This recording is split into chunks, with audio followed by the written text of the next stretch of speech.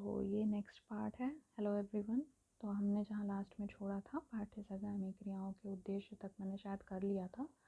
फिर next heading के लिए मैंने रोका हुआ है पाठ्यसग्रामी क्रियाओं के संगठन के सिद्धांत क्या क्या होते हैं। तो उसमें कुछ सिद्धांत मेंशन किए हुए थे बुक्स में, तो मैंने उनमें बहुत सारे तो नहीं, थोड़े बहुत इंक्लूड कर दिए हैं।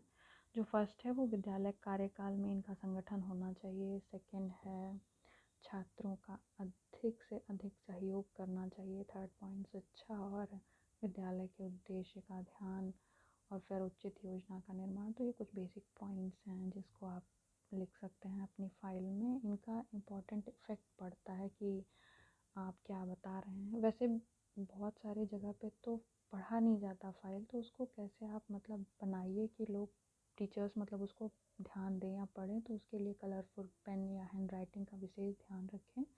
जितनी भी चीज़ें आप लिखें उसको वेल ऑर्गेनाइज्ड और सिंक्रोनाइज करके लिखें। ये ज़रूरी नहीं है कि आप ग्रीन पेन का यूज़ करें, बस रेड पेन मत यूज़ करिए। बाकी आप किसी भी ग्लिटर पेन से आप अपना हेडिंग लिख सकते हैं। कुछ पिक्चर्स हैं जिसे आप इंक्लूड कर सकते हैं, तो वो सब भी आप लिख सकते हैं, लगा सकते हैं। मैंने इसमें पिक्चर्स कहीं भी मेंशन नहीं किया है, ना लगाया है, तो वो एक और ऑप्शन हो सकता है। तो आप जहाँ आपको ज़रूरत लगती हो कि हाँ यहाँ लगाना ज़रूरी है, तो वहाँ आप ऐड कर सकते हैं। नेक्स्ट आता है सहगामी क्रियाओं के प्रकार। तो कौन कौन सी सहगामी क्रियाएं हो सकती हैं, तो उसमें कई प्रकार दिए हुए हैं। पहली शैक्षिक है, दूसरी शारीरिक, साहित्यिक, संगीत और कला क्रियाएं। तो उनमें क्या क्या होना चाहिए ये सब दिया हुआ है। आप देख रहे होंगे ये वीडियो तो आपको समझ में आ जाएगा। देखिए जैसे मैंने इसमें कई सारी कलर्ड पेन का यूज़ किया है, तो आप भी ऐसे कर सकते हैं आपकी चॉइस के अकॉर्डिंग। फिर नेक्स्ट पॉइंट आ जाता है आपका शिल्प कला क्रियाएं, सामान्य क्रियाएं, अन्य क्रियाएं। फिर नेक्स्ट इसका पॉइंट आता है आउटडोर सह शैक्षिक गतिविधियाँ। मतलब अगर हम इंडोर कर सकते हैं तो आउटडोर में क्या क्या इंक्लूड कर सकते हैं। तो जैसे आप देखते होंगे कि सामूहिक परेड निकल रही है, सामूहिक लोग खेल रहे हैं बच्चे मिलकर कोई ऐसा game, volleyball and all, cricket वगैरह। सो ये सब को करिकुलर एक्टिविटी में ही इंक्लूड होता है।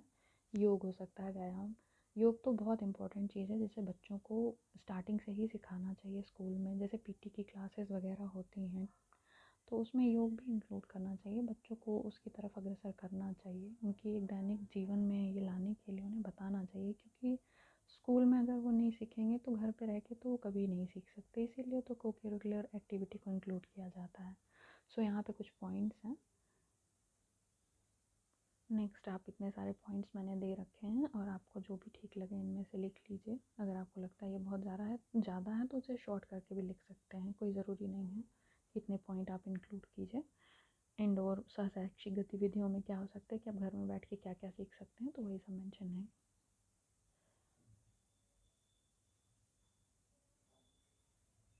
नेक्स्ट हेडिंग की तरफ चलते हैं। शिक्षा के क्षेत्र में सह पाठ्यक्रम गतिविधियों की विशेषता क्या है। तो इनमें कुछ पॉइंट दिए हुए हैं, 7 पॉइंट मैंने इंक्लूड किए हैं।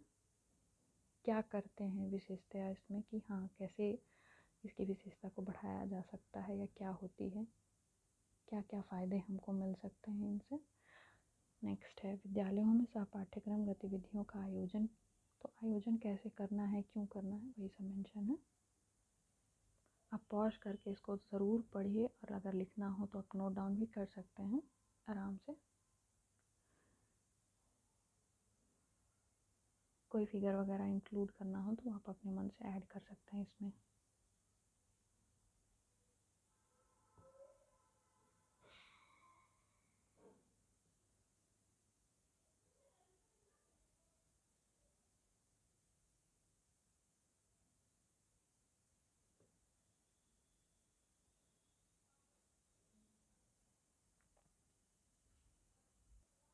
ये लास्ट पॉइंट है निष्कर्ष। तो मतलब अब हमें क्या निष्कर्ष मिलता है, ये कहीं लिखा हुआ नहीं है, मैंने थोड़ा बहुत अपने मन से भी लिखा है और थोड़ा बहुत बुक से भी एनालाइज किया था। तो ये आप लास्ट पॉइंट में इंक्लूड कर सकते हैं। निष्कर्ष लिख के ये फाइनल फाइल ख़त्म हो जाती है। और मैंने ऐसे ही फाइल सबमिट किए थे अपने कॉलेजेस में, तो उसमें मुझे फुल मार्क्स मिले हैं। इसके अलावा मैं एक चीज़ और कहना चाहूँगी, जैसा कि मैंने पहले भी कहा है कि अगर आपको कुछ और इंक्लूड करना है तो भी आप कर सकते हैं। इसमें कोई बंधन नहीं है। कुछ पॉइंट अगर आप हटाना चाहते हैं तो हटा सकते हैं, बट मैंने उतने ही पॉइंट ऐड किए हैं जितने इम्पोर्टेंट थे। तो इस तरह यहाँ पे एक टॉपिक ख़त्म हो जाता है और मैं चाहूँगी कि प्लीज़ और ज़्यादा से ज़्यादा मैं फ़ाइल बनाऊँ और आपके लिए ले आऊँ, तो लाइक और कमेंट करना ज़रूर भूलिएगा नहीं। Please subscribe. जितना आप लोग मुझे सपोर्ट करेंगे उतना ही मैं और काम कर पाऊँगी। Thank you so much.